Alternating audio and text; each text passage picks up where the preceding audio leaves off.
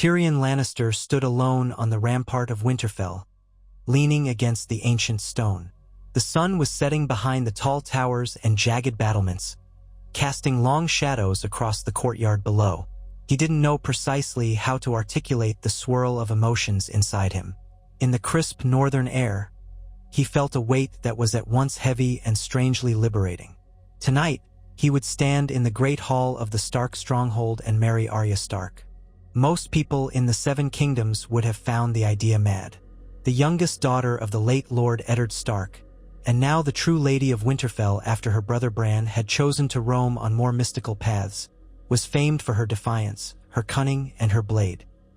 He was a Lannister through and through, and though he carried neither his father's towering height nor his siblings' cold beauty, his name still sparked a hushed dread in halls across Westeros. The Stark name had its own weight in the north, a nearly sacred presence that rivaled the old gods themselves. To join these two houses in matrimony was the kind of notion that might have seemed an impossible dream a few moons ago, yet the realms had changed. Blood feuds had cost them all dear. Fathers, mothers, daughters, sons, siblings, lovers. Perhaps Tyrion thought it was time to find a new way. He pressed his hand to the chilled stone, recalling his earliest experiences in Winterfell all those years ago. He had come up with King Robert Baratheon in that doomed royal procession, had spent nights reading in the library, and had departed with uneasy tension between him and the Starks. But things had changed since then. So many wars, betrayals, alliances broken and forged. The realm had seen dragons return and foreign armies land on its shores. Perhaps it was time the proud families that had nearly destroyed each other sought a different path. Even so, he was under no illusions that this marriage would be a simple matter of romance. Pragmatism and a shared desire to keep the Seven Kingdoms from yet another bloody war had brought them this far. But there was also something else, something that had quietly, steadily grown between him and Arya. It was a mutual respect, an affinity that defied the usual courtly nonsense of Westeros. There was recognition, perhaps, of two outsiders who had both been molded by the tragedies of their houses. Once, they had both been forced to leave Winterfell. He as the outcast Lannister dwarf. She, an exiled wolf pup who roamed from street corners to battlefields. They had discovered, to their own surprise, that they each possessed a sardonic wit and a hidden reservoir of empathy. They had saved each other's lives more than once, albeit indirectly in some cases. The details were complicated, the events spanning many tumultuous years. Now they had chosen to stand side by side in a bond that might heal a wound older than either of them. As the chill of evening set in, Tyrion turned away from the ramparts to prepare himself for the ceremony. In a few hours, the great hall would echo with voices from across the north and beyond. Lords and ladies would gather, curious or wary or both. Some might rejoice. Some would only watch, perplexed by the union. But no one would be indifferent. Tyrion felt a flutter in his chest, a mixture of nerves and hope. He inhaled deeply, feeling the cold sting in his nostrils, and exhaled a fog of warm breath.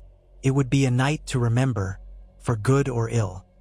He wound his way down through the stone corridors and heavy wooden doors toward his temporary quarters. He was dressed in a dark red tunic trimmed with the barest hint of gold, subdued enough to be respectful in the north. Over it, he wore an elegant but modest cloak of black velvet clasped with a small silver pin in the shape of a wolf's head, a token gifted to him by Arya to symbolize her house. The pin shimmered in the candlelight when he entered his room.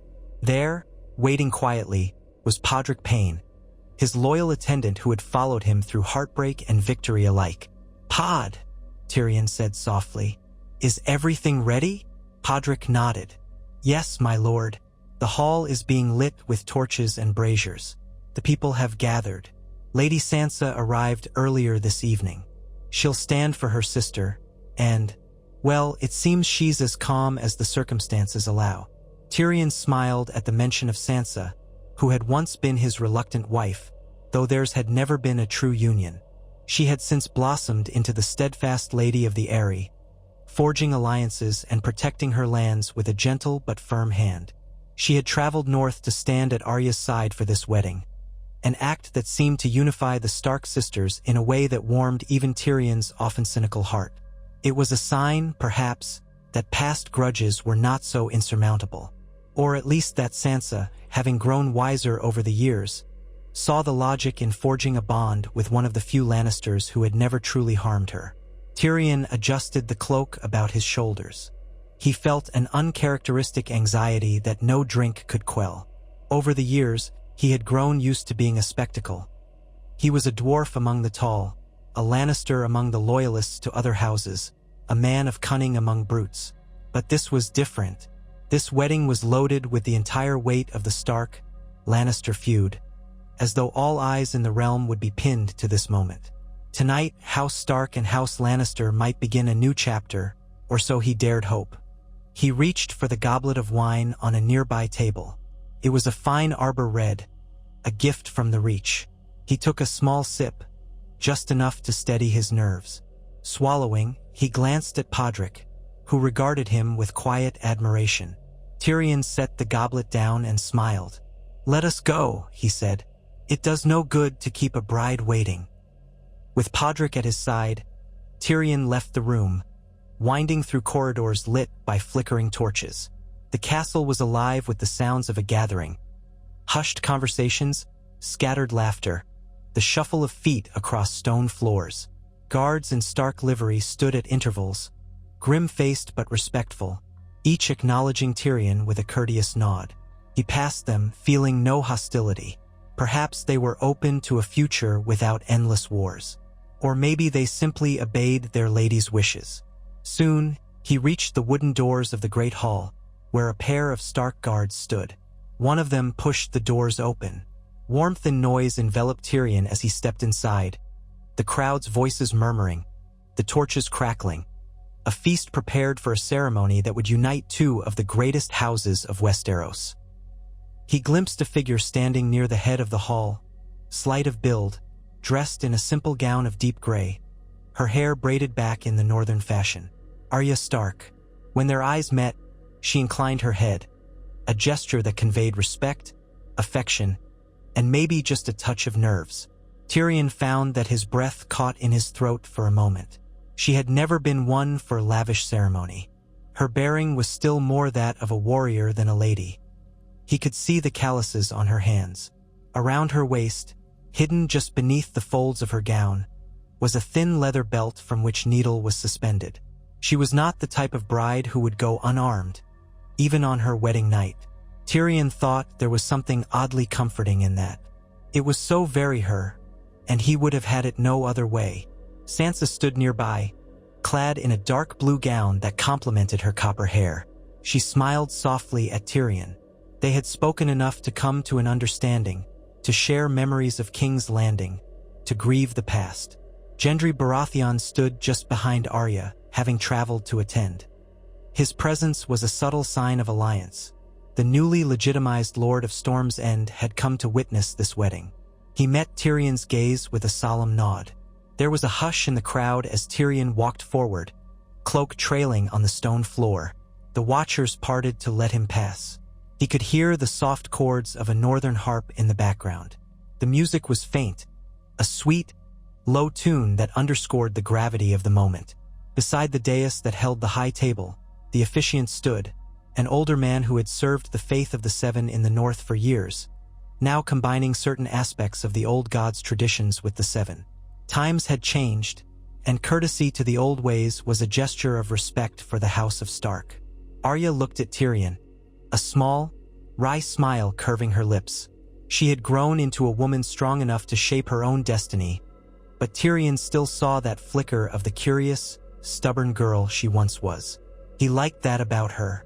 She was never one to be molded by others. He extended his hand to her, and she accepted it, her palm cool, her fingers steady. They turned together to face the officiant. For a heartbeat, neither spoke. Tyrion felt the weight of hundreds of stares upon them. Then, with surprising fortitude, Arya squeezed his hand lightly. The officiant cleared his throat.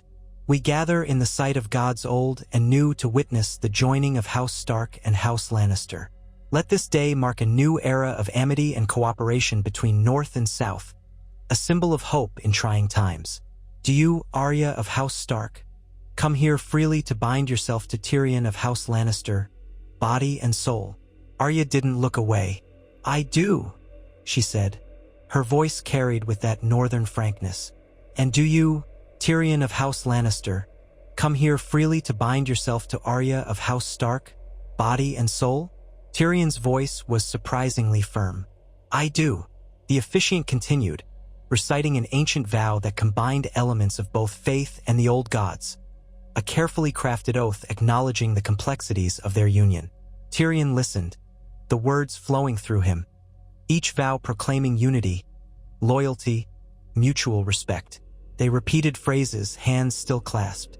When it came time to seal the vow, Tyrion brought Arya's hand to his lips, brushing a gentle kiss across her knuckles. A smattering of applause and subdued cheers rose from the crowd. It was not a rowdy gathering, nor was it dripping in the usual pomp of a royal wedding, but it was nonetheless filled with a profound sense of occasion. Tyrion thought he saw tears glistening in Sansa's eyes. Gendry wore a half-smile that was neither disapproval nor complete understanding. He was still adjusting to the idea that Arya, wild, unpredictable Arya, would marry a Lannister. In the swirl of emotions, Tyrion realized that despite the gravity of the moment, Arya wore a small, almost mischievous grin. She leaned closer so he could catch her words. "You owe me a dance tonight," she whispered. Tyrion could not help but grin back. "I can manage a few steps, so long as you promise not to stab me in the foot."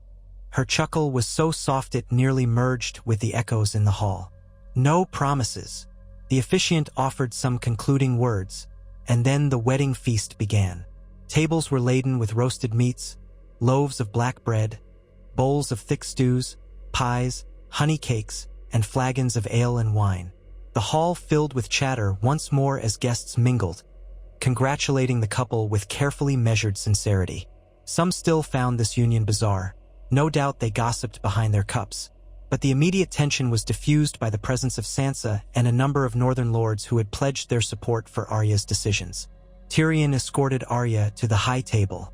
They sat side by side, with Sansa on Arya's other flank and Podrick by Tyrion's side. The chatter around them ebbed and flowed. Plates clinked, voices rose in laughter, then dropped to whispers. Tyrion's mind buzzed with the enormity of what had just occurred. He was now bound to a Stark. He was under the protection of the North, and the North, by tenuous extension, was linked to him and his name. He reached for his goblet of wine and took a hearty sip, letting the bittersweet flavors soothe him. "How do you feel?" Arya asked, not bothering to conceal her curiosity. Tyrion set the goblet down. He considered a jest, something along the lines of feeling taller. But he decided on honesty. "Relieved," he said quietly. "Hopeful, which is not something I often allow myself to feel." Arya held his gaze. "We'll see how things go," she said. "But if we can avoid another war, then maybe it's worth it." He nodded. "Quite so." Their conversation was interrupted by well-wishers. Lord Robin Arryn of the Vale, young, still with a wavering voice, but at least no longer the child he had once been, stammered out his formal congratulations. Lady Brienne of Tarth, who had journeyed all the way from the Riverlands, approached to pay her respects as well. She offered a polite nod to Tyrion and then fixed Arya with a look of almost maternal pride. Brienne had known Arya's family well, and had watched the Stark girls through many tribulations, even if from a distance. Tyrion found himself strangely heartened to see the tall warrior woman's acceptance. It felt as though the realm itself were stretching toward a precarious peace. Or perhaps that was just the wine talking. Later, as the torches burned lower, Tyrion found himself in the midst of conversation with a handful of northern lords. They were older men, their faces weathered by countless winters. They expressed cautious optimism about the Union, though their words were couched in references to Lannister betrayals of the past. Tyrion listened patiently, aware that the ghosts of Ned Stark, Robb Stark, and Catelyn Stark loomed large here. But the night was not the time to debate history or place blame. It was a time, he hoped, to draw lines under ancient feuds. At last, the moment for the ceremonial dance arrived. There was no escaping it, and Tyrion summoned what grace he possessed as a one-time frequent visitor to King's Landing's court. Musicians struck up a lively, if rustic, tune. Arya rose, her eyes glittering with that same mischievous glee. She held out a hand to Tyrion with an elegant flourish that somehow still managed to look playful. He took her hand, stepped down from the dais, and led her to the open space in the center of the hall. At first, they moved in a slow, measured rhythm. Tyrion was aware of every gaze, every hush from the onlookers. But then Arya, with her dancer's reflexes, sped up the steps, leading him in a more energetic swirl. He matched her movements as best he could, his feet surprisingly agile thanks to a youth spent among the courts of the Red Keep, where he observed dancing lessons more often than participated. The crowd began to clap in time to the music. Arya guided him through the steps with a confidence that belied her preference for swords over slippers. A fleeting thought crossed Tyrion's mind.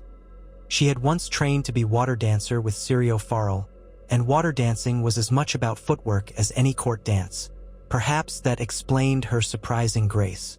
They spun across the hall, and for a moment, Tyrion forgot the presence of the crowd. He saw only Arya's eyes, bright with the thrill of movement. He felt a lightness in his chest that was rare and precious. Here, at least, was a shared moment of laughter and life. When the music ended, they were both breathing hard, flushed, and the guests broke into warm applause. Arya grinned. "You danced better than I expected," she teased. Tyrion bowed with a flourish. "You wield a dance floor like you wield a blade, quick, precise, and with a dash of showmanship." Arya laughed, a sound as clear as the winter wind. They parted, and other couples took their place on the makeshift dance floor. Tyrion found himself drifting momentarily among the onlookers, exchanging passing words of thanks to those who congratulated him. Yet his gaze kept returning to Arya. She spoke with Sansa, with Gendry, with others, each time wearing a half-smile that could mean anything. She would look up and catch his eyes, and in that brief glance, he felt a wave of warmth, a silent understanding they had begun to forge long before this night. It wasn't a grand, sweeping romance of epic ballads, but there was a sincerity to it, a promise that neither would betray the other. Eventually, the feast began to wind down. Some lords withdrew to their chambers or to other corners of the castle to talk politics or indulge in more drink. The hour was late when Tyrion and Arya, escorted by Sansa, Podrick, and a few others, made their way to the smaller, more private quarters of Winterfell. Here, in the hush of the corridors, the magnitude of the day came flooding back again. Tyrion glanced at Arya.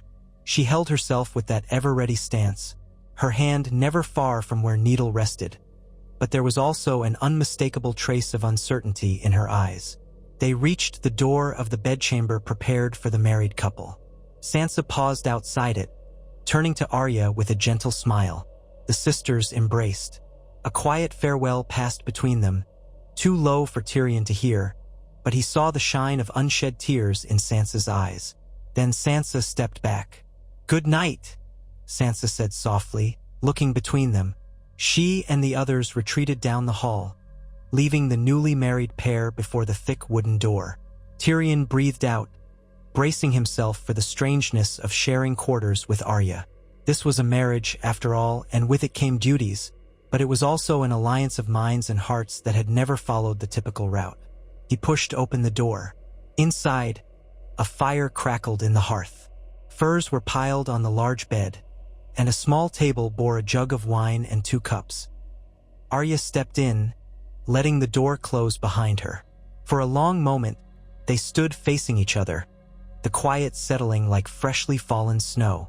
Tyrion's eyes roamed the room, then rested on his bride. She was unaccustomed to dresses and fancy shoes, and she looked faintly relieved to be out of the public eye. He recalled her stoic expression on the dais, how she'd hidden her nerves with that playful grin while dancing. "You can speak freely now," Arya said with a half-smirk. "No more ceremony." Tyrion chuckled. "I'm not entirely sure what to say. This is a day we'll both remember." Arya nodded, unfastening the thin belt that held Needle by her side and placing the sword gently on a nearby table. as though it were a beloved companion. She looked at Tyrion, direct and unflinching. "I never thought I'd marry. It never seemed like the path for me. I never thought I'd marry again either. My first union wasn't exactly a standard model of wedded bliss," he said with a self-deprecating smile. Arya's tone softened slightly. "I know. We've both survived a lot to come here." "Survived is the word. Indeed." Arya took a step closer, folding her arms as though still somewhat guarded. "This marriage is bigger than us. Maybe that's why I agreed in the first place. The feuds, the bloodshed of my family, your family. We need to break that cycle." "I couldn't agree more," Tyrion said. "One can only lose so many loved ones to these endless squabbles. I do believe we can forge something different. Maybe people will see that if a Stark and a Lannister can stand together, the realm might move forward." She reached out and, in a surprisingly tender gesture, put her hand on his shoulder. "Then let's do it our way, Tyrion. No false smiles, no endless dinners with false lords. We make the alliances we have to, but we stay ourselves." Tyrion raised an eyebrow. "Ourselves, which, in your case, is a fierce wolf girl turned cunning warrior. In mine, a half-drunk dwarf with a clever tongue. Yes, let's." Arya's lips curved into a wry grin. "It's better than a storybook marriage." He laughed softly, though a flicker of sadness passed through him as he remembered Shae and Sansa and the tragedies that had overshadowed his past attempts at love. But he set that aside for the moment. This was a new beginning, or so he dared hope. They both removed the outer layers of their wedding finery, letting the warmth of the fire chase away the chill of stone walls. When at last they lay down to rest, the furs pulled over them. Tyrion's heart pounded in an odd mix of apprehension and relief. He was not sure what the night would bring, nor did Arya, by the look of her, but there was at least a sense of camaraderie between them, a gentler regard born of their parallel journeys. In the dying glow of the fire, they spoke in low voices, exchanging memories that once would have been too painful to share. Of lost siblings, of battles fought, of unspoken regrets. When they drifted off to sleep, the hush of Winterfell enclosed them in a quiet promise that maybe, just maybe, they had taken the first step toward peace. The next morning dawned cold and gray, as northern mornings often did. Tyrion awakened to find Arya already up and dressed in practical clothing, lacing her boots with quick, efficient fingers. She nodded at him, her expression thoughtful. "I'm going to check the training yard," she said, gesturing to the window where the yard was visible below. "Sometimes I like to spar in the morning. Clear my head." Tyrion pushed himself upright. "Of course, why break a habit just because you're married? Though the lords may frown at a bride who rushes off to the yard rather than lounge about in bed." Arya shrugged. "Let them frown." She picked up needle, tested its weight, and slipped it into the scabbard with a practiced motion. Then she paused at the door. "If you'd like to join me, come along." He smiled, though the idea of exchanging blows with Arya was less than appealing. He had no illusions about his own skill in swordsmanship, but he decided he would at least observe. Perhaps it would do him good to walk among the courtyard bustle and be seen as a presence in Winterfell, not just an outsider who lurked in the shadows. He dressed quickly, choosing simpler garments than the night before, and followed Arya down to the courtyard. Morning chores were well underway, with stable hands leading horses, servants carrying baskets of provisions, and guards changing shifts. The air was crisp, a faint frost coating the cobblestones. Arya headed straight for a corner of the yard where a few young squires were practicing. As soon as they noticed her approach, they paused in awe. The Lady of Winterfell's sister, the new mistress of this castle, for Bran was away, and Sansa's official seat was the Eyrie, was hardly the type to confine herself to parlors. Arya calmly asked for a wooden practice sword. She faced one of the squires, a lad who looked no more than 14. His eyes were wide at the prospect of sparring with the famed Arya Stark, but he dared not refuse. The bout began. Tyrion watched from a short distance, arms folded, as Arya effortlessly guided the wooden blade. She was quick, darting around the boy's awkward thrusts, tapping him lightly on the shoulder or thigh. Her posture was impeccable, reminiscent of the water dancer style she had learned in Bravos. She corrected the boy's stance with curt but clear instructions. When she finally disarmed him with a deft twist of her wrist, she stepped back and nodded, offering a short word of praise for his effort. For a moment, Tyrion was struck by how many layers there were to Arya Stark. She was a survivor of horrors, a traveler of distant lands, a knight in all but name. She had come home, and now she was forging a new path for Winterfell alongside a Lannister. The swirling complexities of their union settled in his mind as he watched her. He took a step forward. "Mind if I give it a go?" he asked wryly. Arya turned. "If you like. I promise not to break your nose." He chuckled. "A gracious vow, my lady." One of the older guards offered Tyrion a wooden blade. It felt cumbersome in his hands. He was more accustomed to wielding words. Still, he attempted a stance, mindful that onlookers would be curious. Arya studied him, then launched a slow, deliberate attack. Tyrion raised the blade to meet hers. The wood clacked loudly, and he nearly lost his grip. She pulled back, stepping lightly around him. Tyrion turned, trying to keep up, but her footwork was too graceful. A second later, the wooden blade tapped him on the thigh. Another flurry of movement, and she tapped him on the shoulder. He tried a thrust, which she parried easily. It was somewhat comical, but Tyrion refused to feel humiliated. He was, after all, no great swordsman. Nonetheless, the onlookers seemed amused and somewhat impressed that he would even try. Finally, Arya ended their mock duel with a playful flourish, letting Tyrion's wooden sword slip from his grip, clattered to the ground. She offered a small bow. He caught his breath, then matched her bow with a theatrical sweep of his arm. "Now I see what I married," he said loud enough for those nearby to hear. "A veritable whirlwind of steel and cunning. I'll have to be careful not to offend you." Arya smirked. "Offend me all you like, but be ready to taste wood or steel if you do."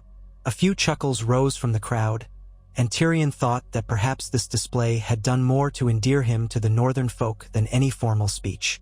They saw him willing to spar with their ferocious lady, to stand on equal ground, however outmatched he was. That, he realized, might be the subtle key to gaining their acceptance. As the morning wore on, they parted ways briefly, Arya to check on matters in the castle, Tyrion to consult with Podrick about some letters that needed his attention. Word of the wedding would be spreading throughout the realm by Raven. Tyrion composed several carefully worded missives to key figures. The Queen in King's Landing, if that seat was still held by any of Cersei's successors. The lines of succession had become muddled in the wake of the wars. The Lord Paramount of the Reach, and a few other influential lords. The tone of these letters was measured, polite, and hopefully disarming. He spoke of a new era of cooperation, of bridging the gap between families once at odds. Whether they believed him or not, only time would tell. Later, Tyrion walked the corridors, considering how best to secure this fragile alliance. The north was vast and largely isolated. Resources were still recovering from the devastation wrought by the White Walkers and the Great War. The southern kingdoms fared slightly better but remained wary of northern independence. More than once, Tyrion had considered the practicality of establishing trade routes, encouraging the exchange of goods to bind the north and the southern kingdoms together economically as well as politically. Perhaps with Arya's blessing, he could put forth some plan to reopen or refurbish roads and passable routes across the neck. In time, that might ease the tensions. He eventually found Arya in the Godswood, near the Heart Tree. Her posture was still, her gaze distant, as though communing with memories.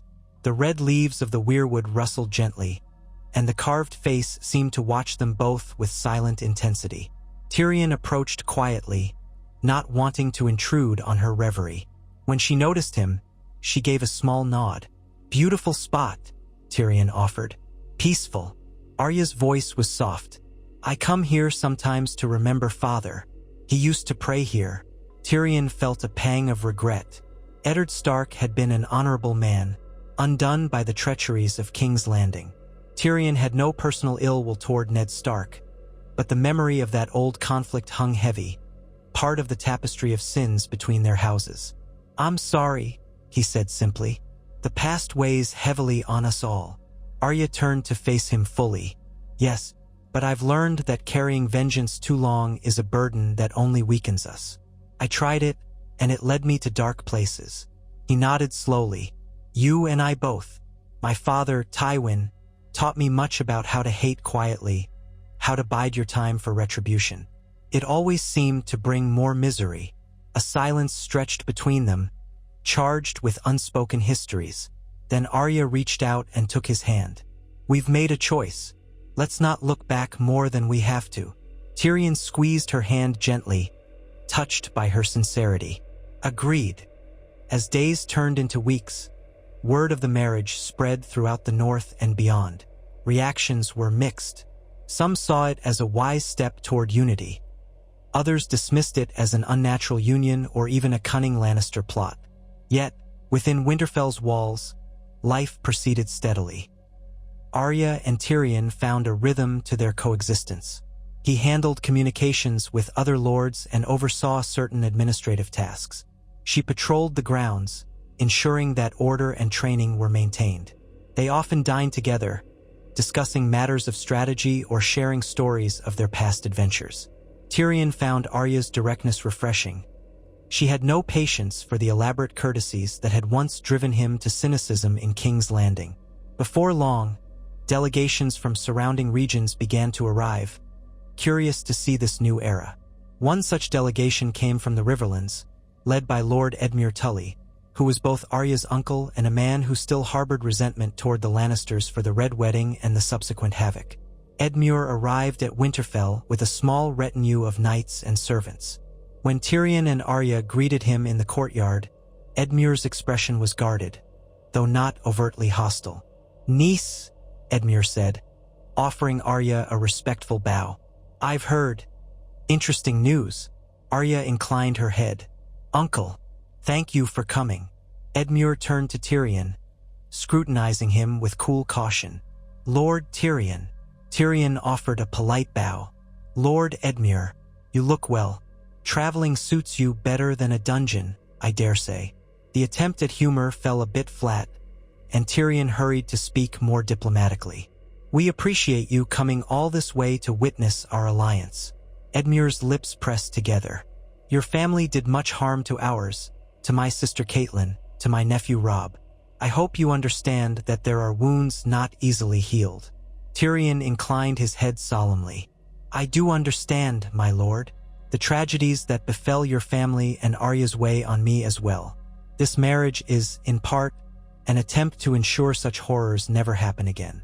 I cannot erase the past, but perhaps I can help shape a better future." Edmure said nothing immediately. Then he sighed, some of his stiffness relaxing. "I came here because I trust Arya's judgment, and because Sansa spoke highly of your intentions. In any case, I'll not cause strife here. Let us talk inside." They led him in, offering hospitality in the Great Hall. Over a meal, the conversation turned to the Riverlands and its current state, recovering from the war, forging alliances with new lords paramount. Tyrion asked careful questions about trade and defenses, while Arya listened intently. Edmure's manner remained somewhat cool, but he wasn't closed to reason. Tyrion recognized that bridging this gap would take time, perhaps many months of carefully building trust. Yet the fact Edmure had even come was a sign of progress. In the weeks that followed, other emissaries arrived, each with their own motivations. From the Vale, Sansa herself returned periodically, discussing how the North and the Vale could cooperate. From the Stormlands, Gendry brought news of potential trade shipments. Even from Dorne, a small delegation arrived out of curiosity to see if this marriage signaled a shift in the balance of power. Tyrion found himself juggling letters and negotiations, all while ensuring the fragile harmony within Winterfell's walls remained intact. Amid these political endeavors, he and Arya found fleeting moments of genuine companionship. At night, they often sat by the fire, sipping ale or wine, recounting improbable stories of their travels. Arya's time with the Faceless Men, Tyrion's trials in Meereen under Daenerys Targaryen's reign. They didn't always agree on everything. Arya believed in swift, decisive action, while Tyrion favored intricate planning, but their differences sparked conversations rather than rifts. More than once, Tyrion caught himself thinking that he'd never had such an equal partner, someone who was neither intimidated by his intellect nor dismissive of his vulnerabilities. Still, the shadows of the past lingered. Each time a raven arrived with news of political unrest or whispered rumors of plots from old enemies of the Starks or Lannisters, tension would prickle beneath the surface. Tyrion knew the families they had wronged in the War of the Five Kings might one day seek vengeance. Arya, too, had her list of people she once intended to kill. Some remained alive.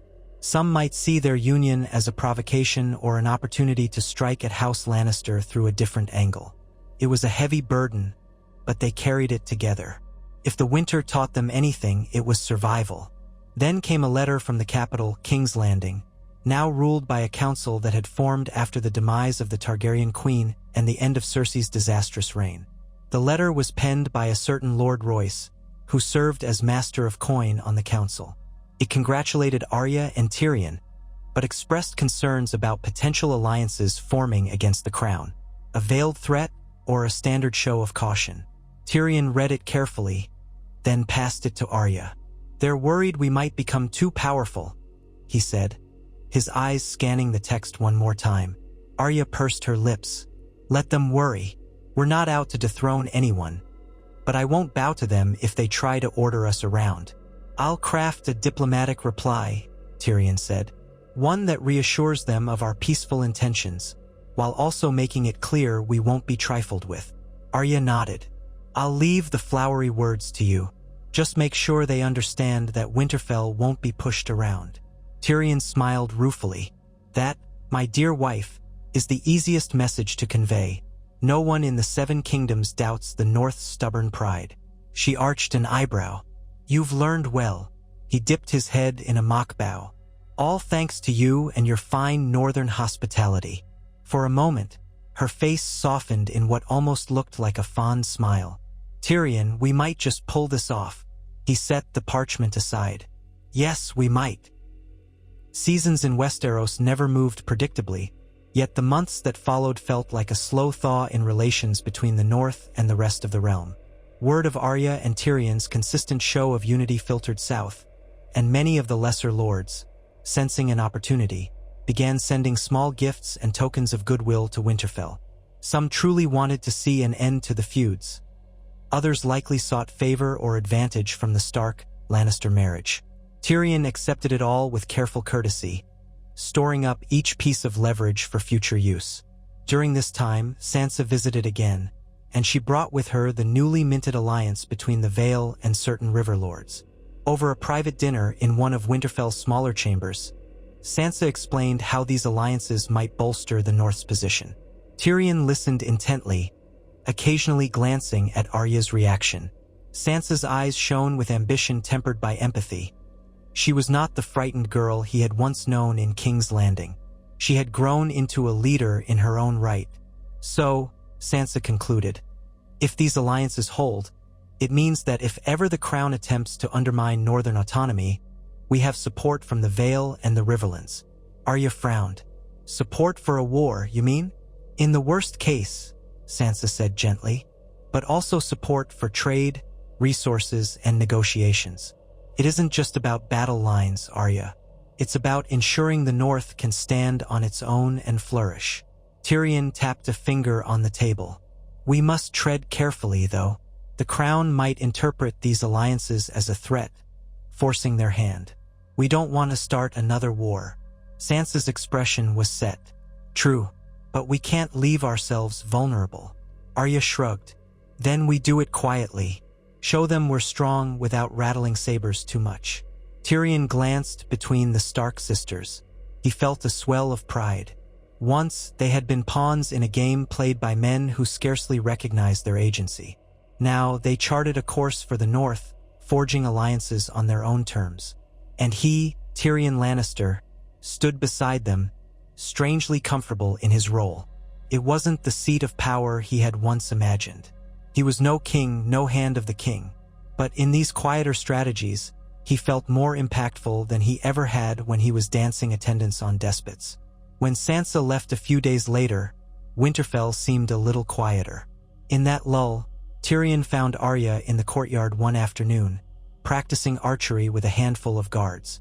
She was perched atop a bale of hay, her slender arms drawing back a bow with smooth precision. He admired the ease with which she handled the weapon, releasing arrow after arrow, each thudding into or near the target. He approached, clapping slowly. Impressive as always. Arya hopped down, handing the bow to one of the guards. "I used to be better with a bow when I was younger," she admitted, "but I've been focusing more on the sword for years." "You could still outshoot me with your eyes closed," Tyrion said. "I doubt I could hit the broadside of a castle wall." She smirked. "You say that, but I've learned not to underestimate you." "So, did you come to watch? Or is there news?" "Both," he said. "I enjoy watching you intimidate our guards, but also I've had word from Bronn. He's the current Lord of Highgarden, if you recall, and a longtime associate of mine. He's invited us to visit." Arya raised an eyebrow. "Highgarden? That's far south. Why?" Tyrion waved a hand. "He probably wants to show off his new seat of power. But more than that, I suspect he hopes to gain some favor. The Reach is fertile, wealthy, and has always eyed the possibility of forging new trade routes with the North. A quick trip might do wonders for cementing alliances." Arya considered. Traveling to the south together would be a statement. "Indeed," Tyrion nodded. "It would show that House Stark isn't isolating itself behind the neck, and it might also reassure others that our union truly is about bridging old divides. Plus, I confess, it's been a while since I saw the lush fields of the Reach. Winterfell has a certain rugged charm, but my bones wouldn't mind a bit of southern warmth." Arya pursed her lips, looking around the courtyard. "It's not a bad idea. We'd need a proper escort. I won't let the journey be an invitation for ambush." "Of course," Tyrion agreed. "We'll take a modest retinue, but well chosen." "Let's do it then," Arya decided. "We'll leave in a fortnight, once we've organized everything here." A stir of excitement flickered in Tyrion's chest. The chance to journey with Arya, to show the realm that they stood as partners. Yes, it felt like a step in the right direction. Still, he knew traveling the King's Road south wouldn't be entirely safe. Highwaymen, remnants of old enemies, and the unpredictability of Westerosi roads could all pose threats. But if they wished to unify the kingdoms, they couldn't remain cloistered in the north forever. 2 weeks later, the small caravan departed Winterfell at dawn. Arya wore a practical riding outfit of dark leather and wool, needle strapped to her side. Tyrion rode a sturdy gelding, wrapped in a heavy cloak against the chill that still lingered in the northern air. With them rode a cadre of Stark guards, led by a tall woman named Dahlia who had proven her skill in countless practice bouts. The journey south was a mixture of tedium and discovery. They passed fields and villages still in the process of rebuilding after the last war. Along the route, the local folk gawked at the sight of the small, sober retinue bearing both the direwolf sigil and the lion sigil on combined banners. Some dared to wave or offer shy greetings. Others watched warily from doorways. When they reached Moat Cailin at the neck, they found it half-ruined but still partially garrisoned by northern soldiers. Arya spent a day reviewing the defenses there, conferring with the local commander.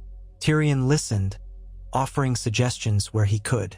In the evenings, they camped beneath the wide sky.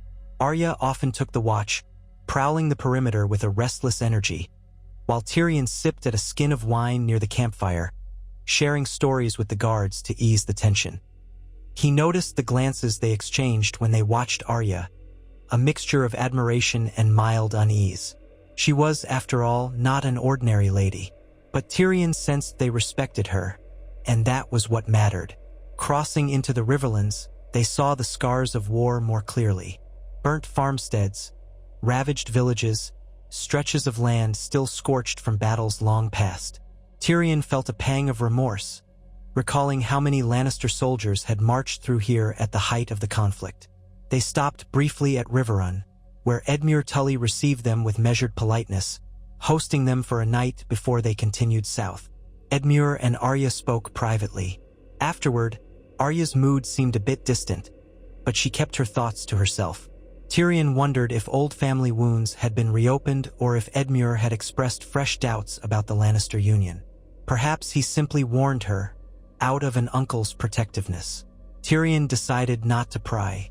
If Arya wanted to discuss it, she would. Past the crossroads inn, the party followed the King's Road further. The weather grew milder, the trees more vibrant. The stony ground gave way to softer earth and farmland. At night, they sometimes stayed in small inns, other times camped under the stars. The further south they went, the more frequent the curious crowds became. Whispers followed them. "That's the Stark girl, the one who was a warrior in the war. Is that the Lannister dwarf?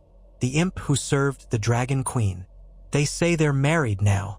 More often than not, these rumors carried a note of astonishment. A sense of old tensions turned on their heads. At last, they approached the outskirts of the Reach, where fields of grain and vineyards stretched endlessly under the sun. Even in the aftermath of wars, the land here seemed vibrant, unbowed. Tyrion felt an unexpected surge of nostalgia for the days before everything fell into chaos. Though he'd never belonged to this region, it held a sense of bounty that reminded him of times when the realm was less fractured. They arrived at Highgarden after nearly a month on the road. The castle perched majestically atop a hillside, surrounded by terraced gardens that gave the fortress its name. It had once been the seat of House Tyrell, known for their abundant feasts and knights of renown. Now it belonged to Bronn, Tyrion's old Sellsword companion turned lord, thanks to a series of political maneuvers that was still the stuff of tavern tales. As they rode through the outer gates, they were greeted by rows of guards in green and gold livery. A steward hurried out, bowing extravagantly to Arya and Tyrion, his words flowery. "My lords, my ladies, Lord Bronn awaits you in the Rose Courtyard." Arya exchanged a quick glance with Tyrion. He could see amusement in her eyes. She was unaccustomed to such lavish welcomes. They dismounted, allowing the stable hands to take the horses. Tyrion rolled his shoulders, stiff from the ride. Together, they followed the steward through winding pathways that cut between hedges of flowering roses. The scent was heady and rich. Arya wrinkled her nose slightly but said nothing. In the heart of the courtyard, Bronn lounged on a cushioned bench, a goblet of wine in one hand, watching them approach with a rakish grin.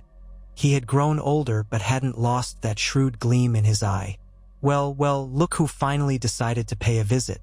The Lady Arya Stark and her diminutive lord husband. Tyrion snorted. "You're ever the gracious host, Bronn." Bronn rose, spreading his arms wide. "I call you as I see you, old friend. And you, Lady Stark, I'm honored to have you here in my home. I've heard you're quite the fighter." Arya studied him, unimpressed by the theatrics. "I've heard you're a Selward who got lucky." Bronn laughed. "You'll fit right in with our jolly company. Come, let's have wine and talk about how I can make more money off this arrangement." Tyrion sighed, catching Arya's slight smirk. Bronn hadn't changed. In some odd way, Tyrion was glad for it. He might lack the refinement of a true lord, but at least Bronn was consistent, driven by profit and a blunt sense of humor. They spent the afternoon touring Highgarden's famed orchards and vineyards. Bronn's lordly approach was more about extracting wealth from the land than upholding some noble tradition. Nonetheless, he had overseen repairs to the castle and its surrounding estates, ensuring that production flourished. Over a lavish dinner, Bronn quizzed them about northern trade, suggesting that Highgarden's wines and fruits could be shipped north in exchange for furs, iron, and other resources. Tyrion recognized that while Bronn's motivations were greed-based, the result could be mutually beneficial. The Reach had an abundance of produce. The north had resources that were scarce in the south. Arya listened quietly, occasionally exchanging sharp remarks with Bronn, but mostly letting Tyrion handle the negotiations. She was more interested in the martial aspects.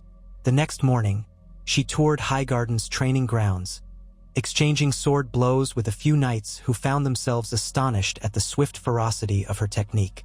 Tyrion, for his part, found himself feeling at ease for the first time in a while. The tension of the journey dissipated in the mild climate and the promise of forging profitable alliances. Bronn's no-nonsense approach appealed to Tyrion's pragmatic side. After a few days, as the trade agreements began to take shape, Tyrion and Arya stood on one of Highgarden's balconies overlooking the rolling farmland. The sun was setting, bathing the fields in a golden glow. "This is why people fight over the Reach," Tyrion mused. "It's too tempting a prize, too ripe for conquest." Arya was silent for a moment. Then she said, "It's beautiful, but I prefer the north. All this softness makes me uneasy." Tyrion's lips quirked. "You're a wolf, and wolves thrive in the harsh wind, the stinging cold. I understand." She nodded, turning to face him. The light caught in her dark hair, making it gleam. He found himself taking in her features, the quiet strength in her eyes. Their marriage had been an alliance first, but over the past months, he had discovered a kinship with her that felt both comforting and surprising. Perhaps it would never be a grand love in the traditional sense, but it was something real, founded on trust and respect. In Westeros, that was more than many marriages had. He reached out, resting a hand lightly on her arm. "We'll return soon.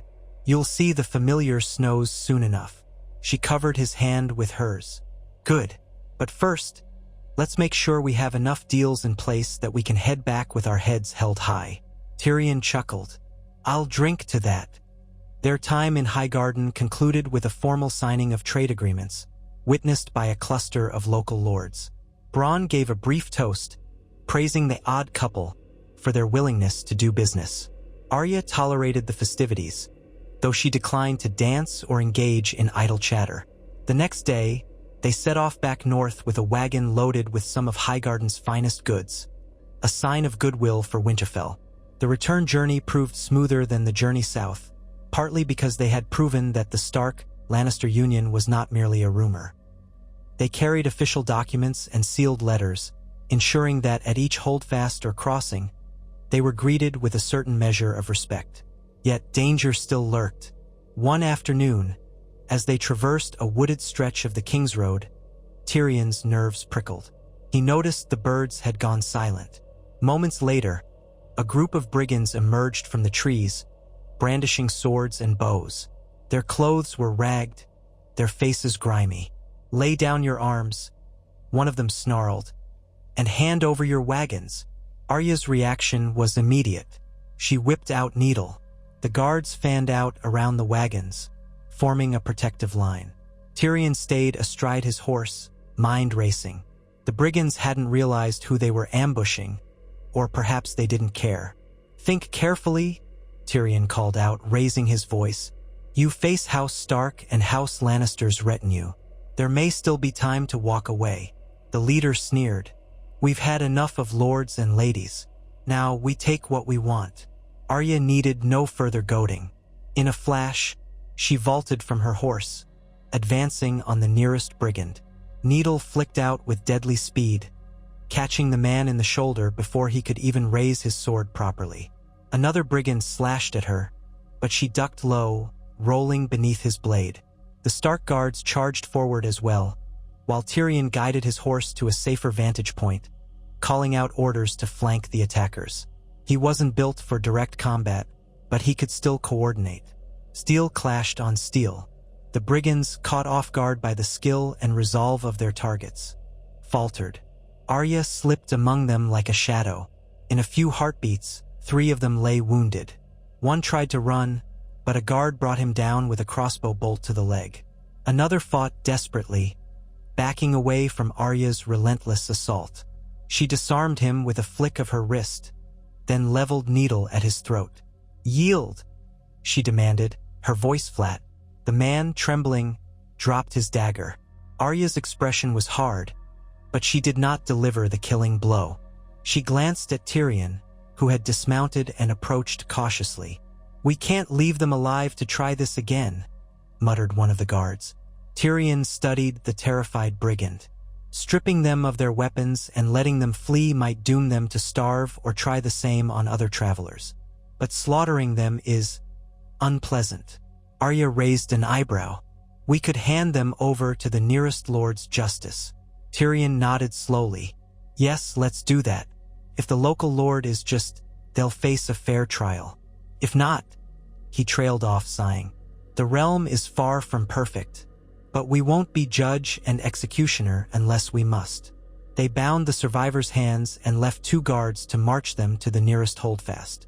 The rest of the company continued onward, slightly shaken but relatively unscathed. Tyrion cast a long look at Arya. She was cleaning needle on a scrap of cloth, her brow furrowed as though deep in thought. You were magnificent, he said. But are you all right? She nodded curtly. Yes, it's just, sometimes I wonder if we'll ever truly be free of bloodshed.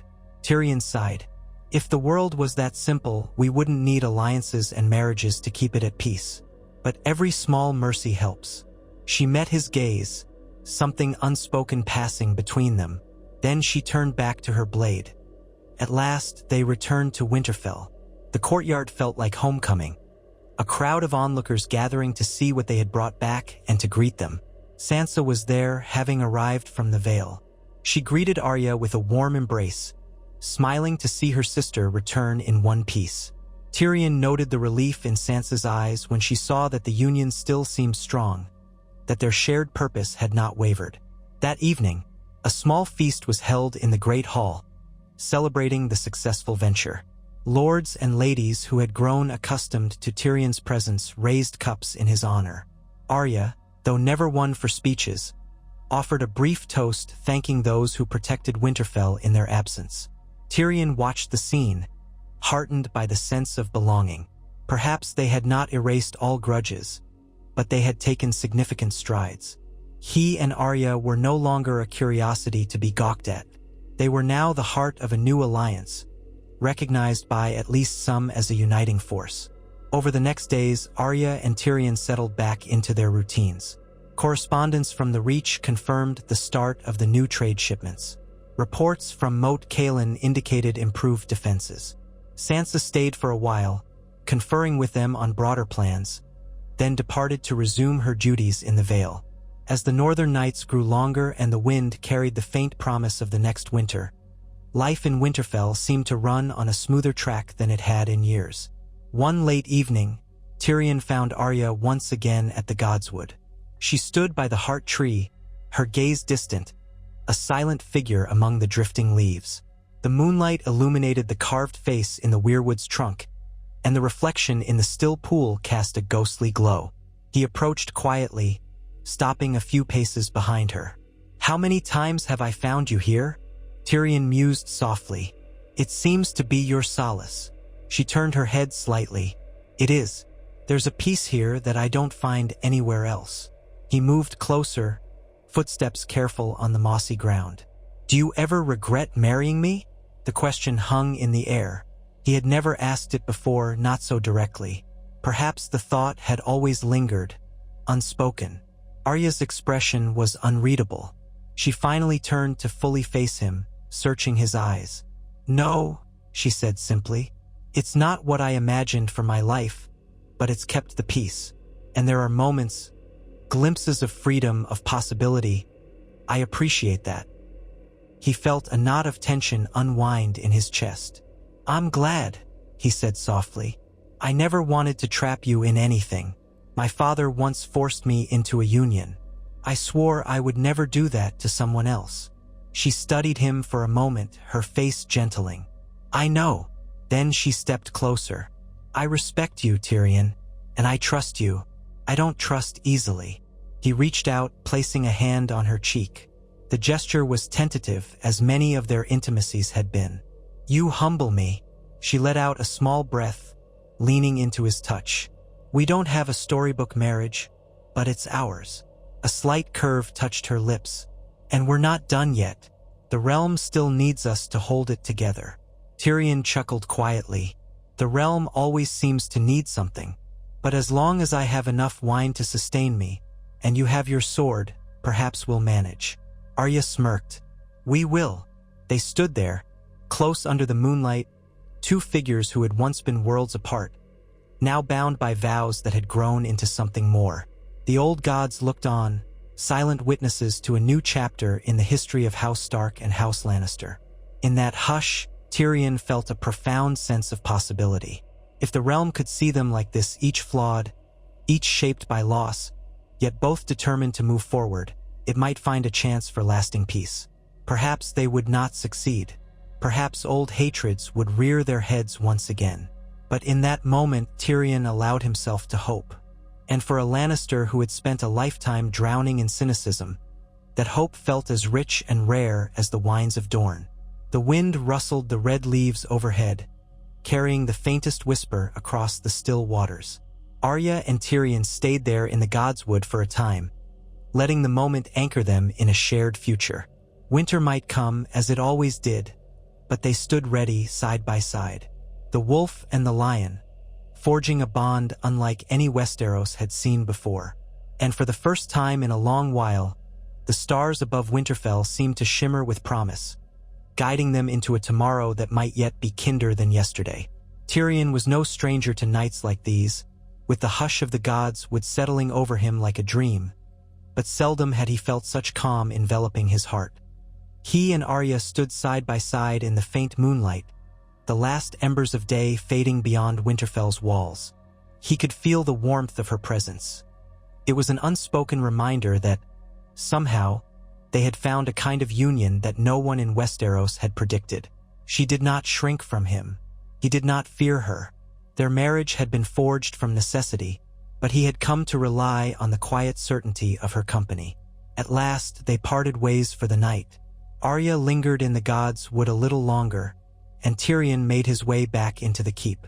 The corridors were quiet at this late hour, but not desolate. A handful of servants still went about their tasks, carrying baskets of linens or jugs of water for the guest chambers. Winterfell had grown busier in recent months, with more visitors trickling in from across the north and beyond, curious to see for themselves what this Stark, Lannister marriage might herald. Tyrion felt their eyes on him in the hallways, felt their curiosity brimming beneath hushed whispers. Yet fewer people stared now with suspicion in their gazes. Some of that wariness had begun to erode, replaced by cautious acceptance. He let himself into the solar he used as a study. It was a modest space, but Sansa had seen to it that it was furnished with a sturdy desk and shelves holding as many volumes as Winterfell could spare. He lit a candle. The flame danced along the walls, revealing scattered parchments spread across the desk. Letters and documents marked with various seals lay in neat stacks. Tyrion sighed, knowing he should attend to them. The new trade agreements with the Reach required final approvals. The Riverlands, too, had begun inquiring about safe passage for their merchants along the King's Road. If they could re-establish trust between houses once locked in a cycle of vengeance, they might truly give birth to a stable era. But the realm was vast and memory long. He sat, dipped a quill in ink, and began revising a letter to the council in King's Landing. They still balked at the idea of northern autonomy.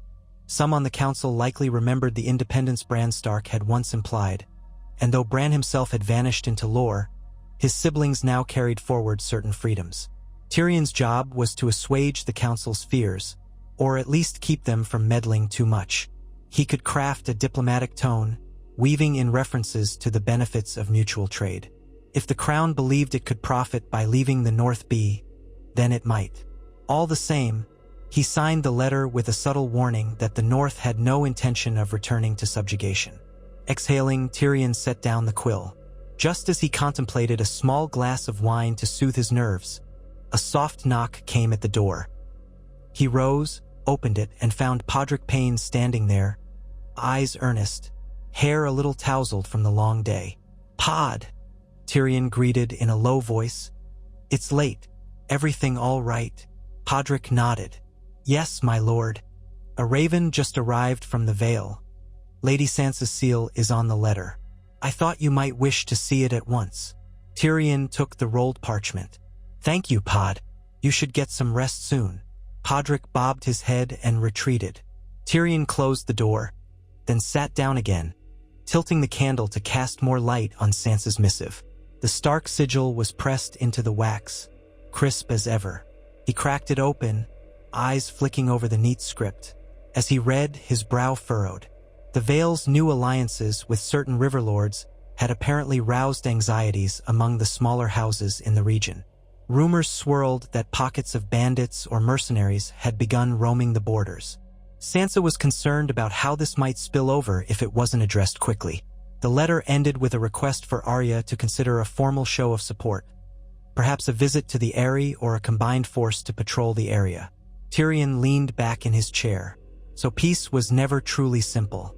The realm's wounds ran deep, and every step toward stability brought new challenges. He tapped a finger on the desk. A united front might be exactly what Sansa needed. A small contingent from Winterfell, led by Arya and perhaps himself, to demonstrate that the North and the Vale stood together.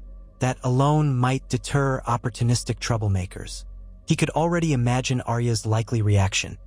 A faint flicker of impatience at the politics, balanced by her readiness to solve problems with swift action. He decided to wait until morning to raise the matter, letting Arya have her solace under the weirwood. Sealing Sansa's letter back into its parchment, Tyrion tidied his desk, extinguished the candle, and retired to the bedchamber he now shared with Arya. The room was dark, and she had not yet returned. He undressed by the light of a single taper, slid beneath the furs, and let his thoughts wander until sleep found him. When he awoke, the space beside him was occupied. Arya must have slipped in quietly during the night. She was already stirring, rising as soon as she felt him move, stretching her limbs with a quiet yawn. Tyrion watched her, bemused at her cat-like grace even upon waking. "Morning," she said, voice husky from sleep. Tyrion propped himself up on an elbow. "I received a raven from Sansa last night." He drew the parchment from a table beside the bed and handed it to Arya. "She's concerned about unrest near the Vale. Apparently, a few bandit companies are causing trouble. She wants to know if we'll send aid." Arya read the letter, eyes flickering across the words. The Vale's had its fair share of conflicts. Little wonder there are brigands testing the roads. Tyrion nodded. "Sansa suggests we might visit ourselves. A show of unity could discourage further trouble. It's not that far from Winterfell, and the Vale is important to our alliances. Between your name and my cunning, perhaps we can settle matters without too much bloodshed." Arya lowered the parchment, considering. "I'd rather send men first, see what we're dealing with." "True, but Sansa's letter hints she wants us there personally. We can bring a small force of skilled fighters. No sense in riding out like a full army, but enough to handle trouble if it arises." Arya sighed. "All right, then we should gather a capable guard. I can lead them. Will you come?" Tyrion smiled wryly. "You need someone to talk sense into the bandits before you skewer them." "I'd be honored." She smirked. "They'll get one chance to surrender." Together, they dressed for the day, Arya donning her favored leathers while Tyrion chose a doublet of subdued Lannister red, lined in black to honor the North. Over breakfast, they spoke with a handful of the castle guard, selecting volunteers for the journey. Soldiers who had proven their loyalty and skill. Podrick would come along, of course. As Tyrion sipped mulled wine, he felt that flicker of anticipation that often accompanied any departure from Winterfell. It was a reminder that their marriage, and the peace they pursued, existed not in a vacuum, but in the living realm, where each day brought new challenges. If they were to maintain the trust of the Vale, they had to answer its calls for aid. They set out 2 days later, horses laden with supplies and a dozen guards in tow. The route southeast from Winterfell traversed rolling hills that flattened into plains before reaching the eastern mountains.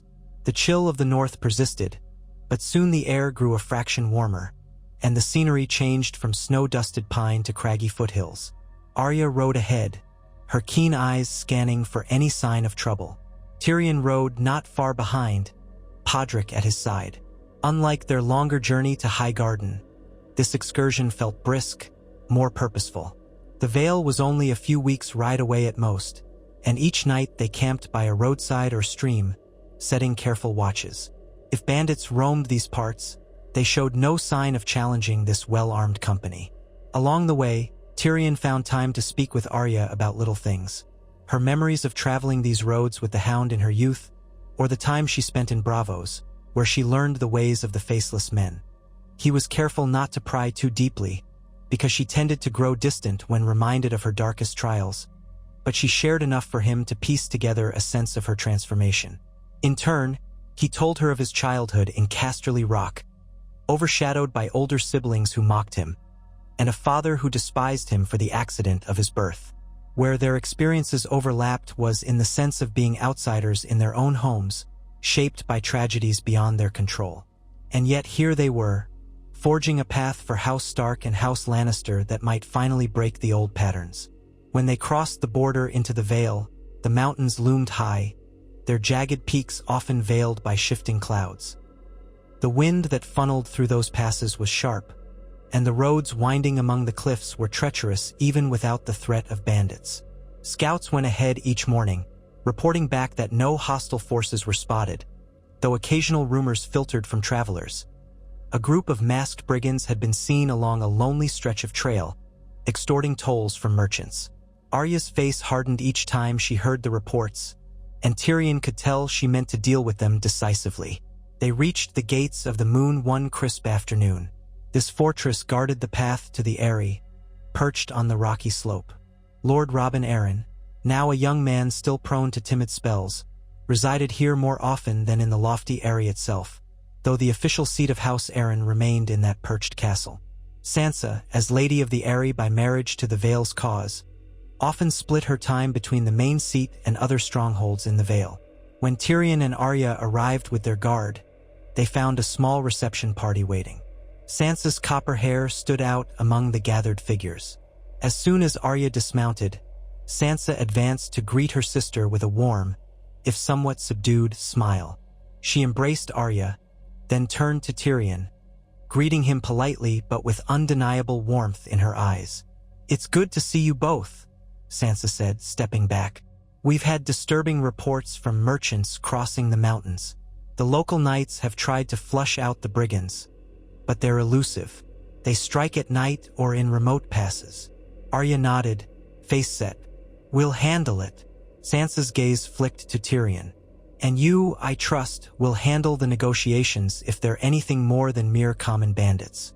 Some suspect they might be mercenaries hired by a rival house." Tyrion stroked his beard, considering. "Any particular house rumored?" "Whispers point to a few minor lords who lost power during the war," Sansa said carefully. "But there's no proof yet. I'm hoping you can glean some truth if the bandits are captured alive." Arya's brow knit. "Capturing them alive may be easier said than done." Sansa inclined her head. "I know, but knowledge is power, and we can't afford more hidden threats." They moved into the courtyard. Lord Robin emerged, though he seemed apprehensive. He was tall and lanky now, with a nervous twitch in his pale eyes. He offered a formal welcome to Arya and Tyrion, though his voice wavered at times. Tyrion responded with courteous words, recalling the days in King's Landing when Robin was only a sickly boy doted on by his mother, Lysa Arryn. How times had changed. The Vale was Sansa's domain in all but name, though she let Robin keep the formal status of Lord Paramount. He, in turn, leaned on her counsel heavily. They spent the evening in the Hall of the Gates of the Moon, where Sansa, Arya, Tyrion, and a handful of Vale knights hashed out a plan. Reports indicated that the bandits were scattered, attacking in small groups, then vanishing into the mountain paths. Some said they wore black masks. Others claimed they were men from the mountains themselves. The Knights of the Vale, though skilled, had struggled to chase them through perilous terrain. Arya proposed a more direct tactic: set a trap, using a merchant caravan as bait, and have hidden forces ready to pounce. Tyrion added that if any were taken alive, they should be questioned discreetly. Sansa agreed, though she fretted over potential dangers. "These mountains are unforgiving. A single misstep near a cliff and your foe won't be the only one dead." "We'll be careful," Tyrion promised. "We've come this far to help you, after all." The next day, they set out with a small contingent of Vale knights and archers. Arya rode in front, scanning the rocky slopes. Tyrion was wary of every shadow across the pass. Sansa stayed behind at the gates of the moon to coordinate reinforcements if needed, though he knew she worried for Arya's safety. The plan was straightforward. A decoy caravan of wagons carrying what looked like valuable goods, and guarded by only a few men, would travel a known trade route. Arya, Tyrion, and the bulk of the Vale Knights would lie in wait just out of sight, prepared to spring an ambush on any bandits who tried their luck. By mid-afternoon, the wagons rattled along a narrow stretch where the cliff on the left side towered above them, and a steep drop on the right fell away to a chasm. Arya crouched behind a cluster of boulders farther uphill, scanning the path. Tyrion was beside her, uncomfortably aware of the precarious ledge beneath their feet. A handful of knights and archers formed a silent line, their armor muted by cloth so as not to glint in the sun. Podrick held the reins of Tyrion's horse a few yards behind. They waited. Minutes dragged on, tension thickening the air. The caravan rumbled along, the drivers playing their part by feigning nonchalance, though Tyrion suspected they felt the same knot of dread.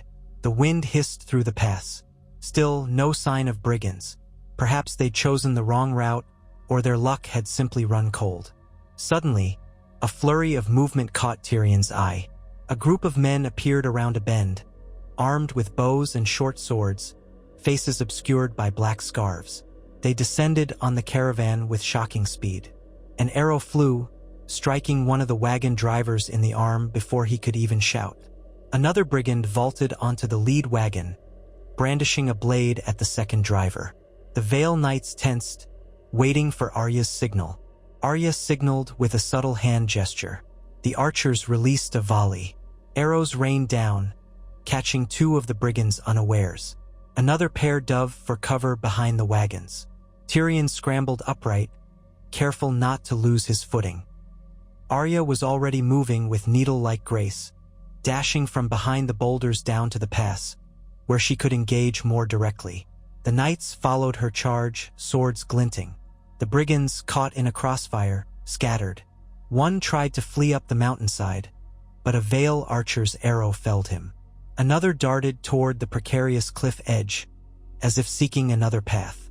Tyrion descended more carefully, not nearly as agile as Arya. He saw her clash with a masked figure, parrying his sword strikes with quicksilver accuracy, then knocking him off balance with a low sweep. With a swift blow from the hilt, she sent him reeling to the ground. Another brigand lunged at her from behind, but she spun, sidestepping, needle's point darting out to slash his arm. Her fighting style remained mesmerizing, fluid, exacting, and deadly when needed. Soon, the ambushers realized they were outmatched and tried to retreat. A few made it up the slope, but more were cornered by the Vale Knights. Tyrion found himself face to face with a wounded brigand who stumbled into his path. The man's mask was soaked in sweat, eyes wild. He raised a dagger. Tyrion, lacking a sword, instinctively pulled a small hand axe from his belt.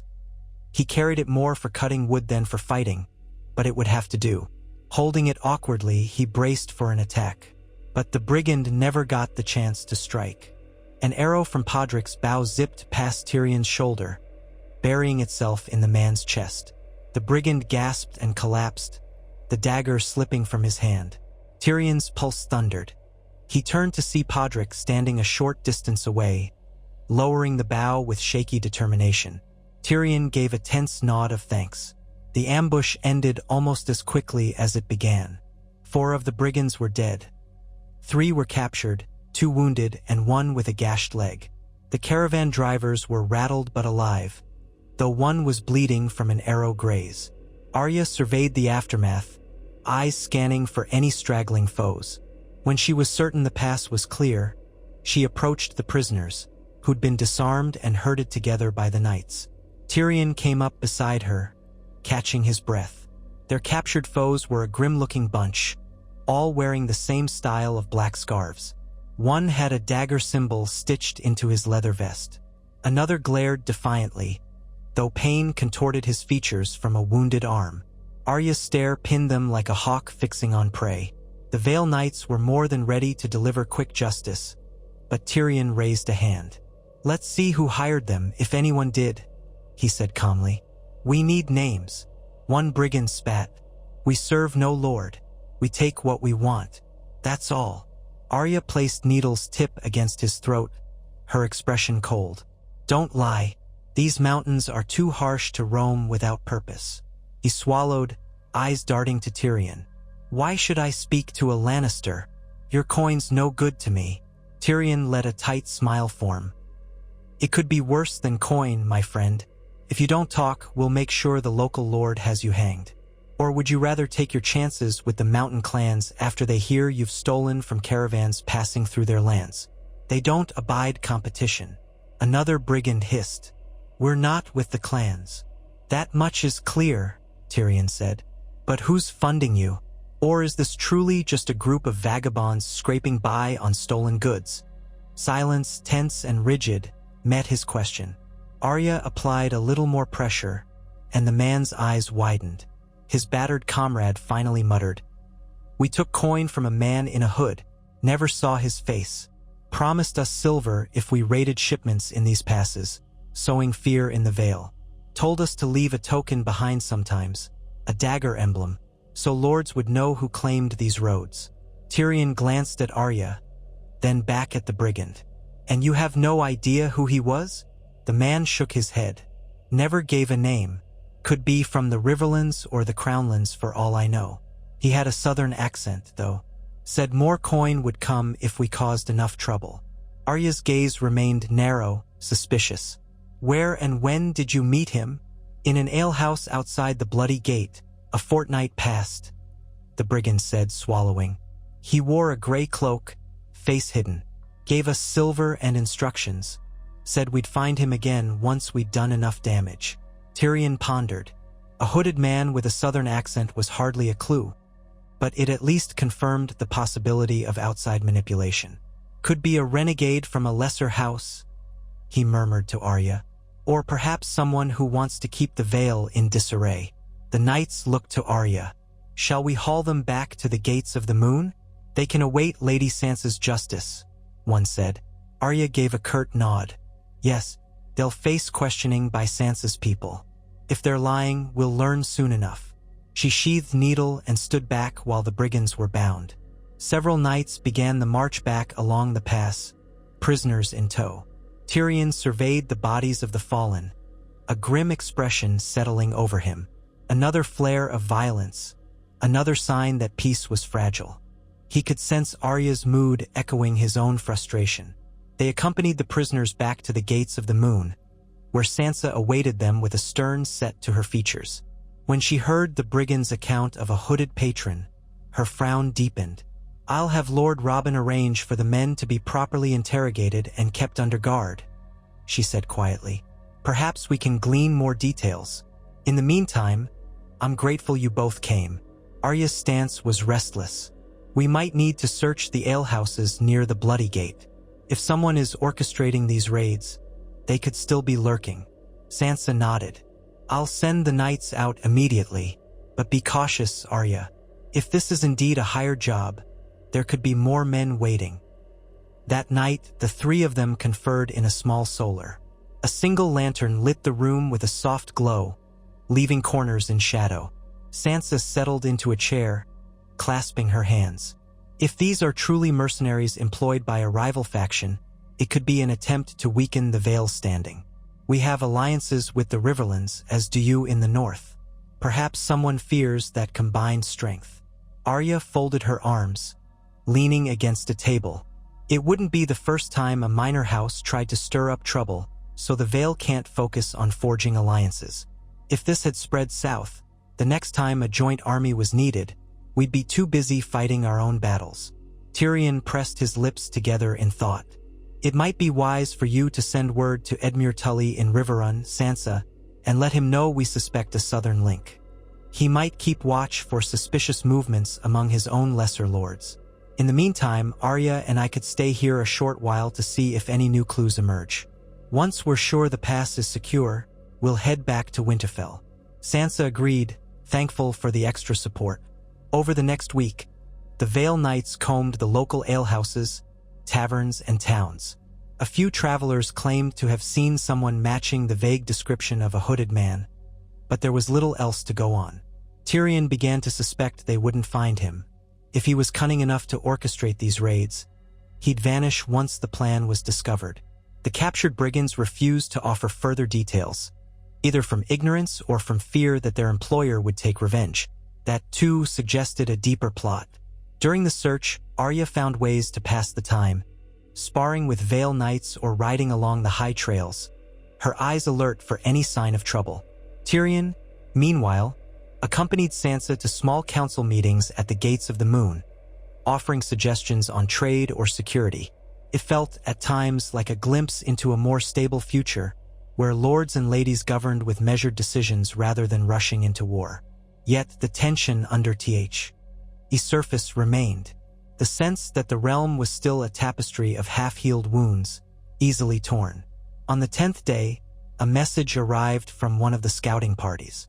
They'd discovered another small group of bandits hiding in a cave north of the pass. Some were the same black-scarved men, apparently scattered after hearing their comrades had been captured. The knights moved in swiftly, dispatching the outlaws. The last flicker of the threat in these parts seemed extinguished, at least for now. Sansa, relieved, suggested a final dinner to celebrate the swift resolution. Arya looked mildly uncomfortable at the idea of festivities, but Tyrion saw the wisdom in it. Showing unity between Winterfell and the Vale was vital, and a public acknowledgement of success would reassure the locals. So, a modest feast was arranged in the Hall of the Gates of the Moon. Roasted game birds, fresh bread, honey-glazed vegetables, and flagons of wine and ale decorated the long tables. Lords, knights, and soldiers alike broke bread together, exchanging tales of the skirmishes in the mountains. Sansa presided with quiet dignity, though she allowed a small smile to emerge here and there. During the feast, Lord Robin Arryn raised a cup. "To Lady Arya and Lord Tyrion," he said in a wavering voice. "They have proven themselves friends of the Vale, defending our roads from brigands. May the future between our houses remain strong." Applause filled the hall, and though Arya was never one for such attention, she lifted her cup briefly. Tyrion did the same, offering a polite smile. He felt Podrick's proud gaze from across the table. It was a small moment of camaraderie. Knights, lords, and the common folk in the hall all sharing relief that these troubles had been driven off. Yet Tyrion knew that behind the cheer lay the lingering question of who had funded the brigands. Without a clear answer, they could only remain watchful. Sansa approached them at the high table after the toast. "You'll return to Winterfell soon, I assume?" Arya nodded. "Yes, we've done what we came to do. But send a raven if anything else happens." Tyrion offered a wry grin. "We'll be here faster than a Sellsword's handshake." Sansa's returning smile was faint but genuine. "Thank you." Then she dipped her head, stepping away to address some Vale knights who lingered nearby. Tyrion watched her go, reflecting on how much she had grown since the days in King's Landing. Once a naive girl, now a measured leader who commanded respect in these halls. That night, Tyrion found Arya on a balcony overlooking the courtyard of the Gates of the Moon, the moon itself bright above the mountains. She rested her hands on the stone balustrade, scanning the silhouette of peaks and cliffs in the distance. He joined her, leaning against the rail with a gentle sigh. "Thinking of heading out at first light?" he asked softly. She turned her head slightly. "Perhaps. The roads should be safe enough. Unless you want to linger for more feasting." He huffed a small laugh. "I've had enough feasting to last a while, I think. Besides, I miss Winterfell's crisp air, and it won't be long before the snows deepen. We should be home before the passes grow too treacherous." Arya gave a nod of agreement. For a moment, they stood in companionable silence, the night breeze tugging at Arya's hair.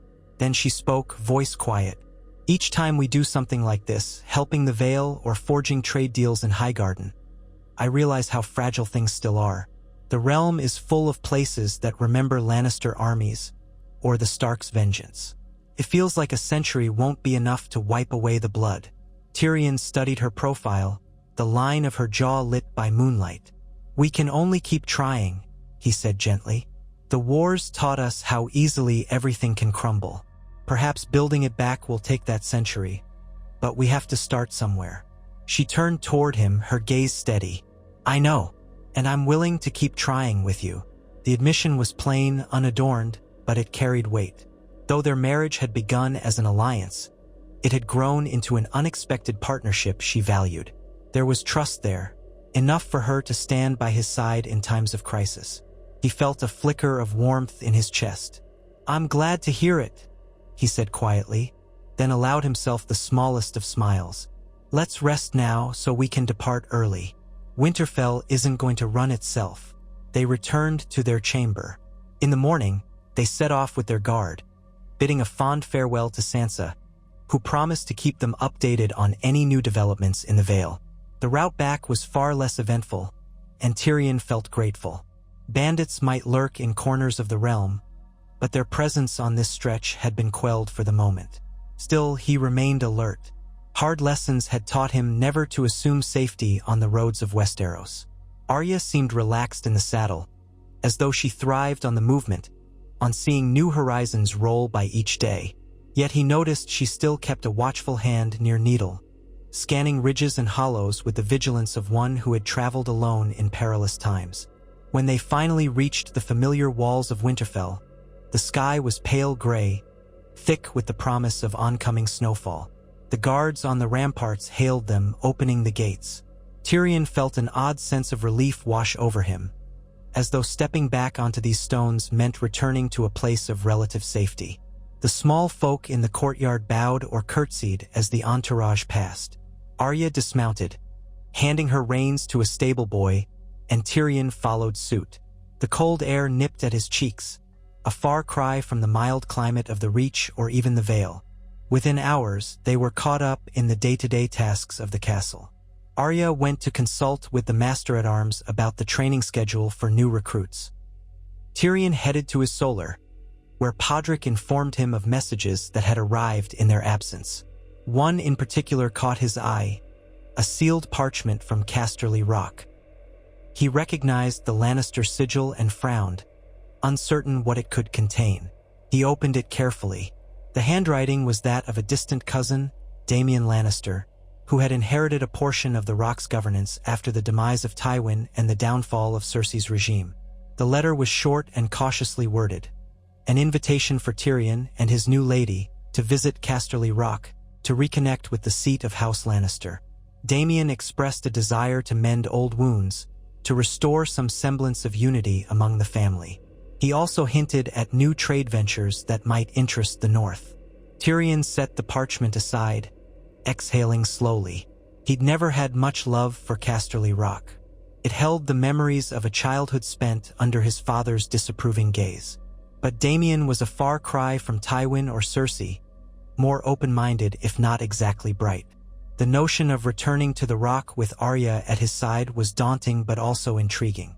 If bridging the divide between Stark and Lannister was truly their mission, perhaps it was time to face the ghosts of the West. That evening, he shared the letter with Arya. They sat by the hearth in their shared chamber, a low fire crackling. She read it in silence, then handed it back. "So, your family wants you to come home," she observed. He snorted a bitter laugh. Family is a flexible term when it comes to the Lannisters. I doubt Daemon has illusions of a warm welcome. Likely he sees an opportunity to align with us, to share in the North's resources or gain favor with the Vale and the Riverlands. But still, he's not the worst of them. Arya stretched her legs out, resting her boots near the fire. "Do you want to go?" Tyrion stared at the dancing flames. "I'm not sure I want to, but perhaps we should. If we can heal the rift between the Lannisters of Casterly Rock and the Starks of Winterfell, it would be a powerful sign to the rest of the realm." She regarded him quietly, no judgment in her gaze. "We've traveled far to other places. The Rock is a part of you whether you like it or not. If you think it's worth the effort, I'll go with you." His throat tightened at her words, so simply spoken, yet they carried the weight of her loyalty. He covered her hand with his. "Thank you. I won't pretend it won't be awkward, but perhaps we can endure it together." She gave a slight nod, then turned her attention back to the flames. Just warn them that I won't be impressed by all the golden lions." He chuckled. "I promise." They spent the next week debating the timing of the visit. Winter was inching closer. Traveling west from the north could be perilous if the snows grew too deep in the Wolfswood or across the pass near the mountains dividing the northwestern lands from the western ones. Yet waiting until spring might prolong the tension. Ultimately, they decided that as soon as the first heavy snowfall ended, they would gather a suitably small retinue and make the journey. Tyrion wrote back to Damian, accepting the invitation but setting certain conditions: a guarantee of safe passage, lodging for their guard, and a willingness to receive Arya Stark as an equal, not a hostage. Damian's reply arrived swiftly, a polite assurance that all would be honored. In the meantime, life at Winterfell continued. Lords from smaller northern houses came to discuss trade expansions. Sansa sent a raven detailing how the Vale fared and that no further bandit trouble had surfaced. Gendry wrote from Storm's End, mentioning that the storms had battered the coasts, but production of ship timber was going well. He asked if the North wanted to trade some of that lumber for furs. Tyrion penned a careful reply, trying to keep the relationship strong. The deeper the realm ventured into the post-war era, the more Tyrion realized how vital these alliances were. A single slip, a single instance of betrayal could unravel the progress. Yet with each letter, each agreement, the Seven Kingdoms felt a little less like a patchwork of grudges and a little more like a realm stitching itself together. Arya's presence, her unwavering dedication to action rather than endless talk, complemented his knack for negotiation. They formed a curious but effective team. When the day came to depart for Casterly Rock, Winterfell was draped in a fresh blanket of snow. The sky was a clear, cold blue, and the wind carried the bite of early winter. Tyrion donned a heavy cloak lined with wolf fur, a gift from the castle stores, while Arya wore layered leathers and wool, her sword at her hip. They took a compact retinue, Podrick, a few experienced guards, and a pair of sturdy wagons for provisions. The route south and west would be long, requiring them to skirt the winter storms and navigate roads that might be iced over. Standing in the courtyard, Tyrion couldn't help but recall his last departure from Winterfell, long ago, when King Robert had still been alive. He had left behind a place of suspicion and tension. Now, he departed with the Lady of Winterfell at his side, an ally rather than an adversary. He noticed a few members of the household staff watching their departure with cautious goodwill. The transformation was remarkable. They set off down the King's Road, then branched westward after passing Moat Cailin. As they moved into the Riverlands, the snows lessened somewhat, the climate easing. They saw more travelers, including merchants who greeted them politely, recognizing the stark gray direwolf and the golden lion that sometimes fluttered side by side. At inns, Tyrion spent his evenings talking with traveling tradesmen, gleaning bits of news about the crown and other major houses. Little was said of the Lannisters these days. Many assumed House Lannister had lost most of its clout after Cersei's downfall. Yet the Rock remained a formidable fortress, with gold mines that still yielded precious metal. It was hardly a minor domain, though it lacked the overwhelming influence it once held. Arya took to checking the perimeter whenever they stopped for the night, walking the outskirts of each village or inn yard, ensuring there was no sign of lurking threats. The memory of the ambush in the Vale still lingered, and she would not be caught off guard. Tyrion sometimes joined her for these walks, though she teased him that his shorter stride couldn't keep up. In truth, he enjoyed her company in the quiet times, away from negotiations and scrolls. Crossing into the Westerlands, they traveled through hilly terrain dotted with outcrops of rock. The roads here were better maintained than he recalled, likely thanks to Damian's efforts. Local farms and mines still showed scars of war, but they were rebuilding. Tyrion felt his heart twist with conflicting emotions. Despite his father's cruelty, this land was part of his heritage. He recognized certain landmarks: an ancient watchtower perched on a rocky ridge, a meandering river that once served as a boundary for Lannister hunting grounds. Memories, some bitter, some nostalgic, flooded his mind. They arrived at Casterly Rock near dusk. The fortress loomed over the sunset sea, carved partly from a colossal stone outcrop. Golden banners hung from the high walls, stirring in the wind. A briny tang of salt carried from the ocean. For a moment, Tyrion halted his horse at the final crest, gazing at the stronghold that had once been so familiar and now felt alien. He could sense Arya's presence beside him, grounded and calm. "You grew up there," she said quietly, reading his expression. He swallowed. "Yes, strange to see it again. I wonder how much it has changed." A small party emerged from the gatehouse, led by Daemon Lannister himself. He was a man of middling years, with sandy hair and a neat goatee, lacking the imposing stature of Tywin but possessing a certain Lannister bearing nonetheless. His eyes flicked over Arya and Tyrion's retinue, though he schooled his features in a welcoming smile. As Tyrion and Arya rode forward, Daemon stepped up, bowing politely. "My Lord Tyrion," he greeted, "we are honored by your presence. And my Lady Arya Stark, welcome to Casterly Rock. May you find comfort here." Arya inclined her head. She wore no dress, only her practical riding attire and a cloak. But she carried herself with the quiet confidence of the wolf she was. "Thank you." Tyrion dismounted. The ground felt oddly solid beneath his feet, as though echoing old footsteps. He forced a smile. "It's been a long road, cousin. I hope you haven't gone to too much trouble on our account."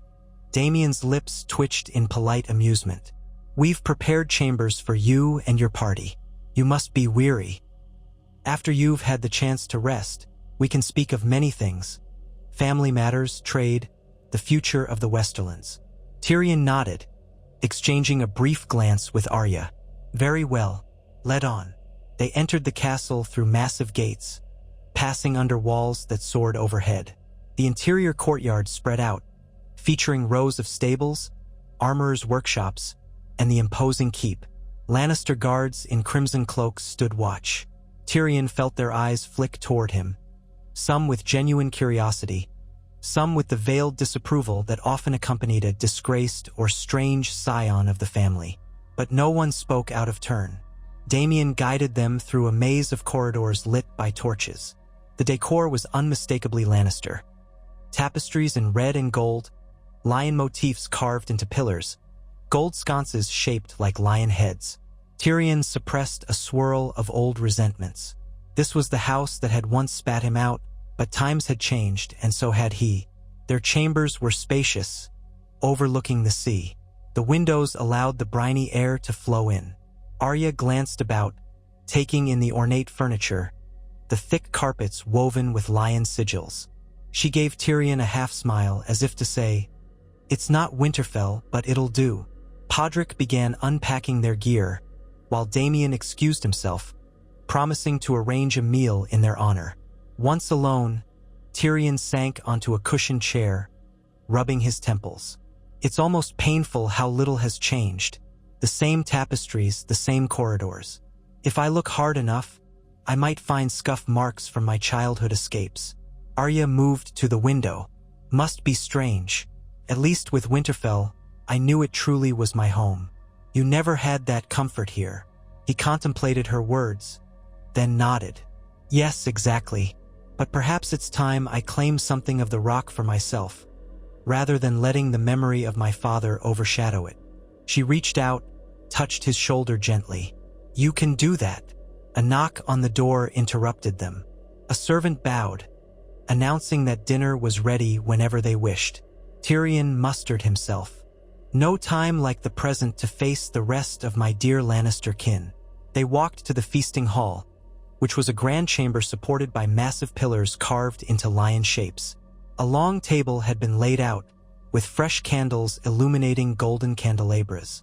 Daemon Lannister stood at the head, along with a handful of lesser Lannisters, distant cousins, aunts, uncles by marriage. The Lannister line, though diminished, still had branches enough to fill seats around the table. Tyrion recognized a few faces from childhood, some older than he remembered, some glancing at him with uncertain politeness. Arya's presence drew just as many curious stares.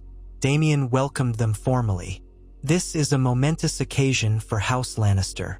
We gather to welcome back a son of this line, and to honor the union that now binds House Lannister and House Stark."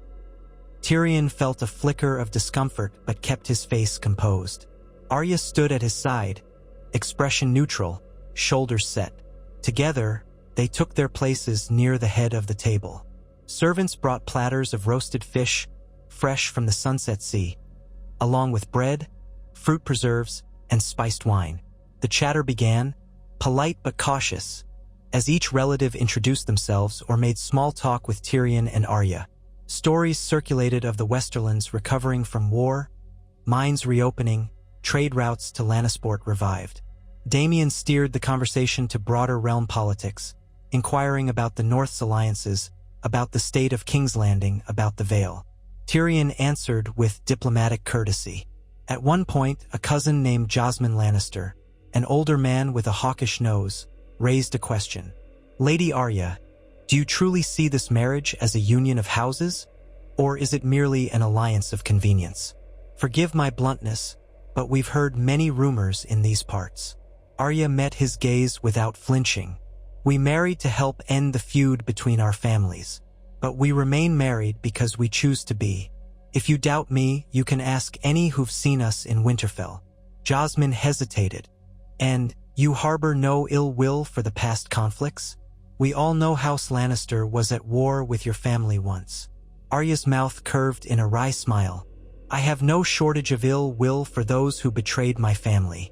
But Tyrion was never my enemy, and I've seen enough bloodshed to know we need something different now." Jasmine murmured assent, taken aback by her directness, and the conversation moved on. Yet Tyrion sensed an undercurrent of both curiosity and tentative acceptance among his kin. They'd expected a resentful Stark or a reluctant bride. Instead, they found someone who owned her choices, who stood with quiet resolve. It might not endear her to them overnight, but it kept outright hostility at bay. After dinner, Damian invited Tyrion and Arya to a smaller solar for more private talk. There, in a candlelit chamber adorned with gold lion statuettes, Damian poured goblets of rich red wine. Tyrion noticed a slight tremor in his cousin's hand as he offered a cup to Arya. Was it nerves, or simply the faint excitement of hosting them? Once they were seated, Damian cleared his throat. "I wish to speak plainly. House Lannister has lost much of its former glory.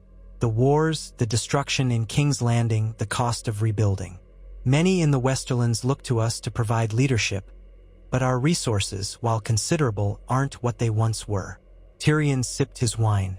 "You're hoping to forge stronger ties with the North, I take it?" Damian nodded. "And possibly the Vale or the Riverlands through your connections. We have gold, yes, but we need stable alliances to ensure our mines remain profitable and our trade routes open. House Stark's influence has grown with each successful negotiation you've brokered, Tyrion. People trust you in a way they never trusted our dear sister Cersei or father Tywin." Arya's voice was matter-of-fact. "And in return, what does House Lannister offer the North?" Damian spread his hands. "Gold, trade in metals, arms if needed. We can also provide skilled craftsmen. Lannisport is recovering, and our shipyards might assist in building vessels for trade or exploration. We don't come empty-handed." Tyrion tilted his head, weighing the offer. "It's true that forging a formal alliance could benefit both sides, but our priority is ensuring that we don't resurrect old grudges. Any formal arrangement would need to be carefully outlined, and I won't see the North used as a pawn." Damian's face was earnest. "Agreed. I want a fair partnership. We can discuss specific terms, but I'm certain we can find common ground, especially if we show the rest of the realm that House Lannister truly stands with House Stark now." Arya looked from Damian to Tyrion, then gave a small nod. "We'll consider it. But remember, we have no interest in wars or conquests. If House Lannister wishes to rebuild trust, you'll have to prove yourself an ally, not just in words but in deeds." Damian bowed his head. "Understood, my lady." They spoke late into the night, hashing out general possibilities. Tyrion's mind churned with the complexities. The arrangement could be more than trade. It could involve defense pacts, shared resources, and open lines of communication. Perhaps the rock could become a gateway for goods from the Sunset Sea heading north. Or northern furs and timber could flow south, bypassing the potential blockades from other territories. Yet every promise had to be measured against the risk of awakening old resentments among the Westerlands or the north. In the following days, Damian and Tyrion worked side by side, drafting potential treaties. Arya observed some meetings, though she left most of the wrangling to Tyrion, preferring to spend her time exploring the fortress or sparring with local soldiers. She often returned in the evenings with a subtle smile, hinting that she took a certain pleasure in besting those who underestimated her. Tyrion found that, strangely, her presence among the Lannister guards, showing them that a Stark could be both fierce and fair, did more to soften prejudices than any stack of parchment could. Word spread through the castle that the dwarf son of Tywin Lannister had come home with his Stark wife, and that they were discussing alliances. Servants whispered in corridors, half in awe and half in worry. Some peddled rumors that Arya Stark had once killed an entire house of Freys in vengeance. Others gossiped that Tyrion had personally slain his father, a rumor that was, ironically, true. But whatever ill-formed stories circulated, the overarching sentiment was that the Rock was opening itself to a new era. No longer walled off by Cersei's paranoia or Tywin's iron grip, it might once again become a major seat in Westeros, recognized and respected rather than feared. Despite the slow progress, Tyrion felt a quiet sense of accomplishment. Each meeting, each hesitant handshake, each shared meal lessened the gap between the lion and the wolf. And at the end of each day, he found Arya waiting, her gaze steady, reminding him that neither of them had come here to be swallowed by Lannister tradition. They were forging something new. One afternoon, as Tyrion left a meeting with Damian regarding shipping lanes, he spied Arya walking along the ramparts. The sea stretched endlessly below, its waves crashing against the rocky cliffs. He joined her, bracing himself against the stiff breeze. She glanced over, hair windswept across her cheeks. "You look thoughtful," he observed. "I was thinking about the sky," she said, voice nearly lost in the wind. "At Winterfell it feels closer, like the clouds press down. Here, it's endless over the water, as though you could sail off and never come back." He followed her gaze. "I never cared much for the sea, but there is a certain grandeur in it." Arya paused, then turned to him. "Do you think we'll ever be free to choose our paths entirely, without these alliances and politics tying us down?" Tyrion considered. "I used to imagine a life drinking myself into oblivion, far from family and obligations. But every time I tried to escape, something or someone pulled me back. We're part of this realm, you and I, and it seems our choices affect more than just ourselves." A faint smile touched her lips. "I know, but sometimes I still dream of the open road, or a ship bound for uncharted lands." He understood that restlessness. When the realm is more stable, when the north, the Vale, the Rock, and the rest have found a balance, maybe we can travel just for the sake of it. See the distant corners of the world. We won't always be needed at the center of everything. She studied his face, her eyes reflecting a flicker of hope. "Maybe,"